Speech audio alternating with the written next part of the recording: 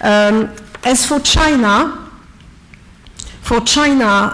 very, very strong financial situation, as you know. Here you have on the left-hand side the foreign exchange reserves. It is 22 months of imports for China, whereas it is for India just 8 months. It has actually, China has overpassed the $3 trillion reserves in April. Thanks to the very, very big stimulus the Chinese authority has implemented during the crisis, you can see on the right-hand side that investment is one of the more important of all the BRICS countries, but we fear a risk of credit bubble and of an increase of some housing prices, especially in the high end in some cities, which are a concern. China is trying to shift its economic model from export investment to more household spending.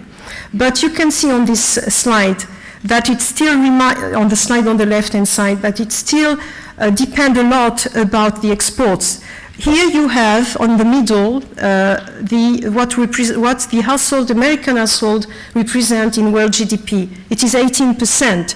Whereas the household consumption of China is just 3% of world GDP.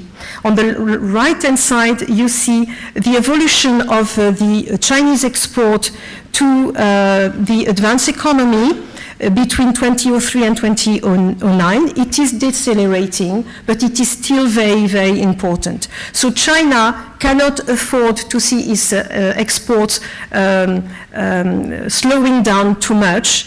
And it is, with the inflation problem, very difficult for him to let the yuan appreciate, which would be quite a good news actually for some low-added value product companies who are dedicated to the domestic market, because with a yuan appreciation, it makes, of course, the imported products less expensive.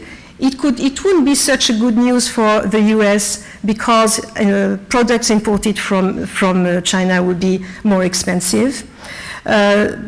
So you see that China is on a sur un fil, on a, I don't know how you say that, on the borderline, because it has the inflation, it has to see what is the limit of the appreciation of the yuan, not to impede too much the export from China.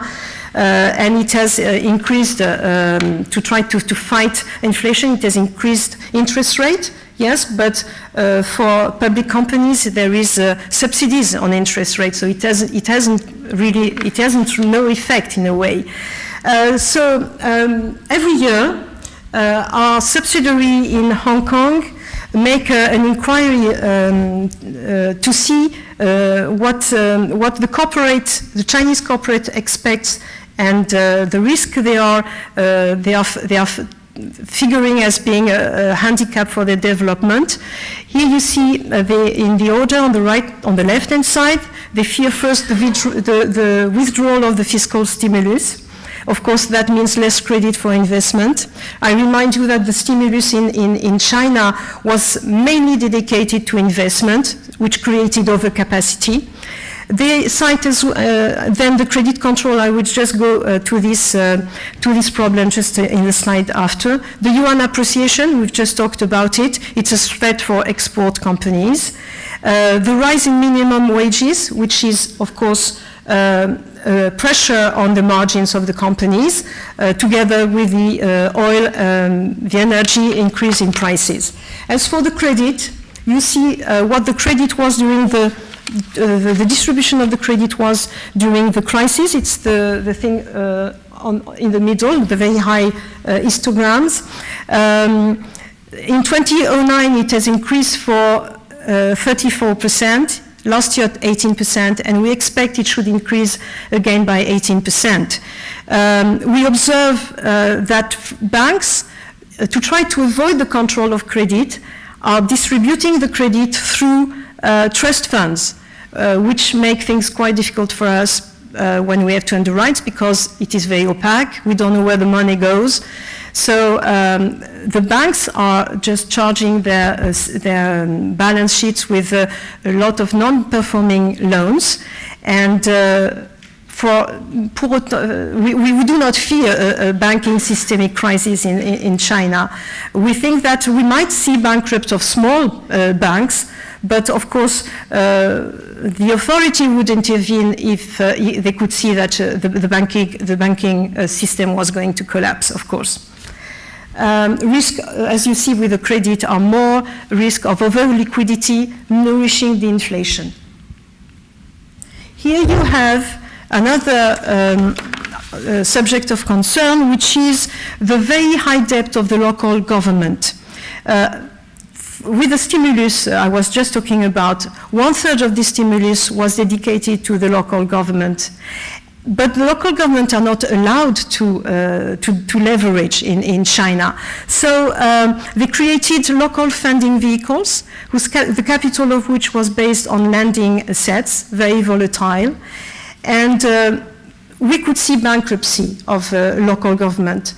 Probably that the Chinese authority, if there is here and there difficulties, will not bail out these local governments. They would bail out if there was again a systemic crisis among this kind of risky customers. We don't think there is a sovereign risk at all in China, because if you add the forecast, which is the highest of 34% of GDP of debt of this kind of customers and entity, to the public debt, 18%, it gives you 52%, which is quite high. It is above the average of the debt of the emerging country, which is 38%. But again, the sovereign risk is very low, thanks to the very high level of foreign exchange reserves China has, and the very high level of assets they have abroad. Here you have, if I have some time, yeah, we are over. Well, I just wanted to say that in India, I just go to this one.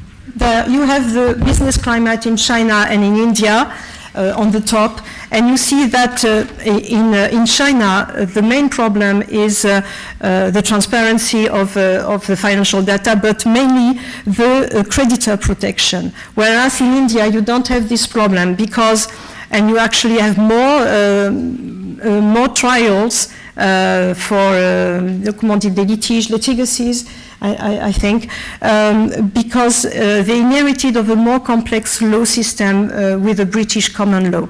So it is easier to make a suit in India than it is in China. Okay, so thank you very much.